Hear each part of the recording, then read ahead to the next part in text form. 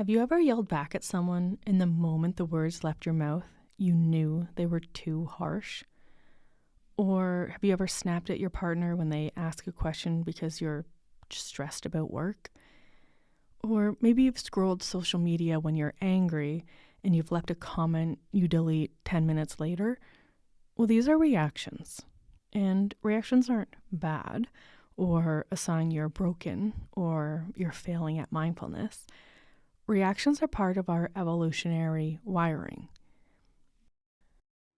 Welcome to the Conscious Pause, a space where we slow down, turn inward, and explore the landscape within with curiosity and compassion. This podcast is your invitation to step out of the rush of everyday life and reconnect with yourself. Together, we explore what it means to heal, to grow, and to live with intention through mindfulness, reflection, and real conversation.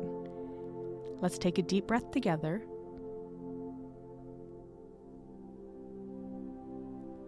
and begin. When our ancestors encountered a predator, they didn't have time to pause and reflect. They needed to move fast, fight, flight, or freeze. That reactivity kept us alive as a species. But here's the problem.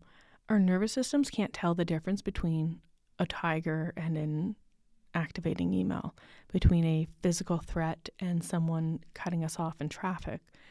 The same alarm system fires, and when it does, something dramatic happens in our brain. Your amygdala, that's the brain's alarm center, takes over. Blood flow moves away from your prefrontal cortex, which is your thinking, reasoning, wise decision-making brain, and floods into your limbic system. Your thinking brain literally goes offline. You're operating on pure instinct and emotion. And in that state, you say things you don't mean. You make decisions you regret. You send emails that sit in your sent folder like tiny time bombs waiting to explode in your face. This is reacting. It's automatic. It's unconscious. It's fast. And most importantly, it's a pattern we can change. What's a response then? How is it different from a reaction? A response involves awareness. It includes choice. When we respond, we've created a gap, even just a few seconds, between what happens and what we do about it. Say you're driving to work and you're running late for an important meeting and someone cuts you off, nearly clipping your bumper. You have to brake hard, your coffee sloshes into your lap. The reactive path looks like this. Instant rage, your hands gripping the steering wheel until your knuckles are white. You lay on the horn, maybe you speed up, pull alongside them and shoot them a look, or even the middle finger. Your whole body is flooded with adrenaline and cortisol. Your heart is racing. And for the next 10 minutes, maybe the next hour, you're replaying it, getting angrier, imagining what you should have done, telling yourself a story about rude drivers and how the world is going to hell. And you get to that meeting still carrying that anger. Maybe it seeps into how you interact with your colleagues. You're short with someone. You can't focus because you're still thinking about it. That one moment on your way to work has now affected your whole morning, or maybe your whole day. Now, what does response look like in that same scenario? So again, someone cuts you off, the coffee spills, but this time you notice what's happening in your body. You feel the flash of anger. It's like heat rising in your chest. You notice your hands tightening on the wheel. You feel your jaw clench. And here's the key. You notice these things without immediately acting on them. You take a breath, a conscious one. You feel the air moving in and out of your lungs. Maybe you take another. You consciously release your grip on the steering wheel. You roll your shoulders back. And you might even say, wow, that scared me. And then, and this is where it gets interesting, you make a choice. Maybe you think, they're probably rushing to the hospital. Or maybe they didn't see me. And maybe you just think, that sucked, and now it's over. You let the car go, you wipe up the coffee, you take another conscious breath, and you arrive at your meeting present, and as yourself. Same external event, completely different outcome. The difference was the pause, the consciousness, the choice, the awareness. There's a quote often attributed to Viktor Frankl. He's a psychiatrist who survived Auschwitz, and he said, quote, "Between stimulus and response, there is a space. In that space is our power to choose our response. In our response lies our growth and our freedom," unquote. That space, that's what we're talking about. That's what changes everything. Now, I know some of you might be thinking, this sounds like you're trying to tell me to just swallow my feelings, to be passive, to let people walk all over me. And I want to be clear, that's not what I'm saying, not even close. I'm not someone who swallows her feelings.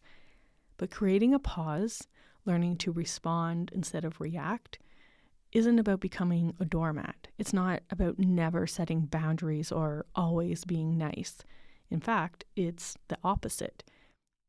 When we react, we're actually less powerful, not more. We're being controlled by our emotions, by our conditioning, by our nervous system's alarm bells. We're on autopilot, and autopilot doesn't make good decisions. When we respond, when we pause and choose, we can still be fierce, we can still be assertive, we can still set hard boundaries. But we do it consciously, we do it effectively, and we do it in a way that we won't regret later. That's the power of response. You're not less assertive, you're more effective. Okay, so how do we actually do this? How do we create that space, especially in the heat of the moment when everything wants us to react? We're going to talk about 5 practices that are tools you can actually use starting today. And what I love about them is they're simple, not always easy, but simple. The first one, of course, is the sacred pause. When you notice a strong emotion arising, anger, fear, anxiety, whatever it is, pause before you act. That's it. That's the whole practice. Before you speak, before you hit send, before you make a decision, pause. And in that pause, take 3 conscious breaths. Not shallow chest breaths, but real deep ones. Feel your belly expand. Feel the air moving in and out. You're not trying to calm yourself down necessarily. You're not trying to change how you feel. You're just creating a tiny bit of space between the feeling and the action. I call it a sacred pause because it is. In that moment, you're honoring your own wisdom. You're saying, this matters too much for me to do it on autopilot. Try it with me right now. Think of something that's bothering you, nothing traumatic, just something mildly irritating, and take 3 slow breaths and notice what happens.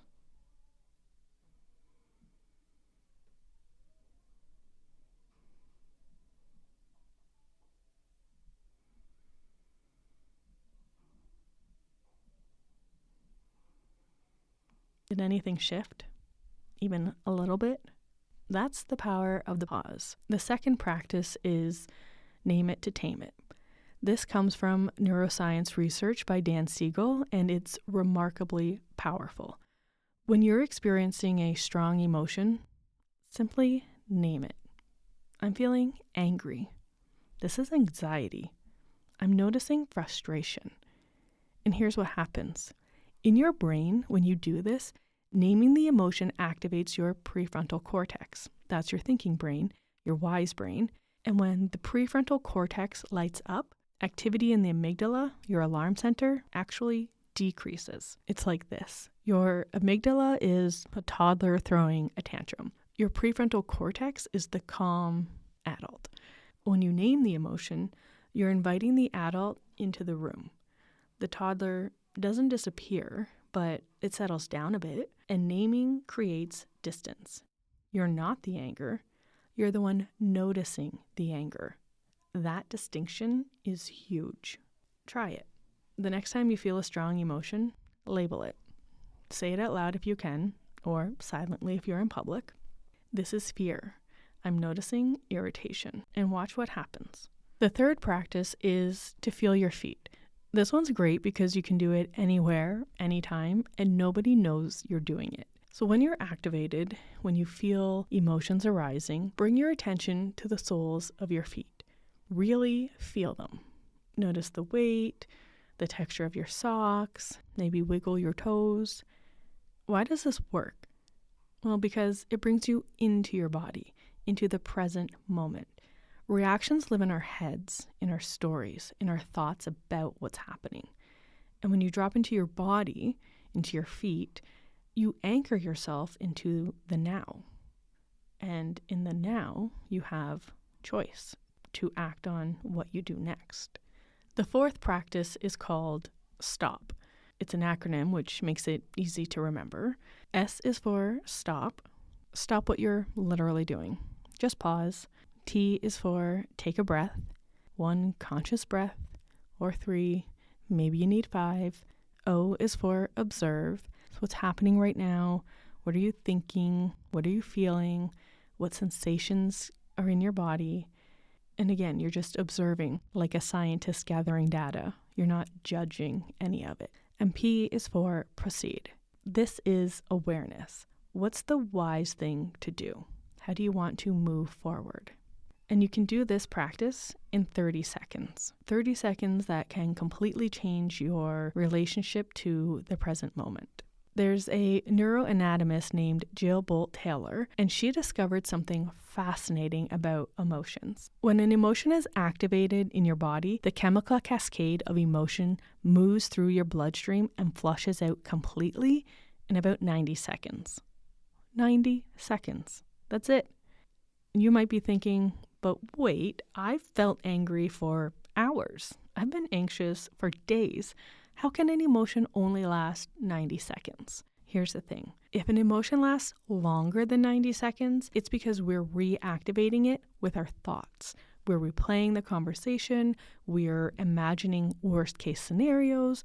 We're building a story around it.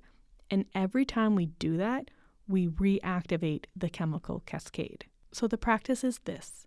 When you feel a strong emotion, notice where you feel it in your body. Don't try to make it go away. Don't fight it. Just feel it. Stay with the physical sensation without adding thoughts to it. And you might be amazed to discover that the intensity passes much faster than you thought. It doesn't mean the emotion is gone completely, but the wave of it crests and subsides much faster. And from that space, from that calmer place, you can now respond instead of react. You might be listening and thinking, this all sounds great, but I can't do it. I've tried to pause and I can't. My reactions are too fast, too strong. I get it. I've been there. I'm still there sometimes.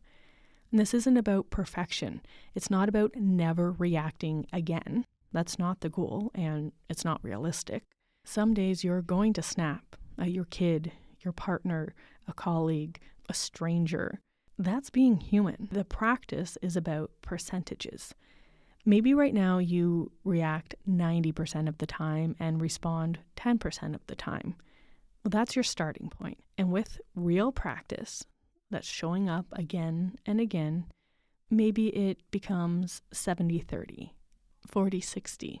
Every single time you catch yourself about to react and make a different choice, you're rewiring your brain. Literally, you're strengthening the neural pathways of mindfulness and weakening the automatic pathways of reactivity.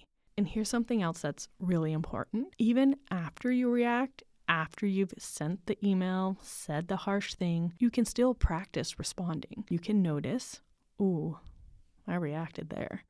You can feel the regret without beating yourself up, and you can choose your next move. Maybe it's an apology. Maybe it's to repair a conversation. Maybe it's the commitment to try again next time. The practice of responding is available in every moment, including the moments after we've reacted. There's no such thing as too late. You can always begin again. And pay attention to what becomes possible. Notice what opens up. Notice what you see or feel or do differently when you create that space, that pause between what happens and how you respond. Maybe you'll catch yourself before you send that next angry text. Maybe you'll hear your kid differently. Maybe you'll make a different choice about how you spend your evening. Maybe you'll just feel a little more like yourself, your wise, conscious, awake self, instead of like a pinball bouncing from reaction to reaction. So here's the invitation for this week. Pick one of the 5 practices, maybe the sacred pause, maybe naming your emotions or feeling your feet, and practice it. You might not remember to do it every single time, but practice, practice, practice. Here's what I want you to understand from this episode. You already have everything you need for this practice. You don't need special training, you don't need to be a long-time meditator, and you don't need to be calm or peaceful or to be any particular way. You need to pause. That's it. That's the whole thing.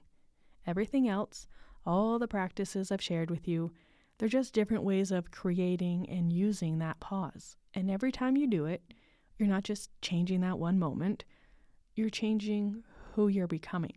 You're training your nervous system, you're rewiring your brain, you're becoming someone who has more choice, more freedom, more capacity to meet life as it is, rather than reacting to it. Think about it. How would your most important relationships change if you could pause before you spoke in conflict? How would your work life change if you could respond to stress consciously instead of reactively? How would your relationship with yourself change if you could meet your own struggles with wisdom instead of harsh judgment? This isn't theoretical. It's practical. It's available. It's yours. As always, thank you for being here with me today. Thank you for your willingness to practice, to learn, to grow, and thank you for caring enough about your life and the people in it to explore what it means to respond instead of react. If this episode helped you, please share it with someone you think may also benefit. And remember, between every stimulus and response, there is a space. That space is yours, it's always been yours, and it's available. All you need to do is pause long enough to find it. Until next time, be gentle with yourself.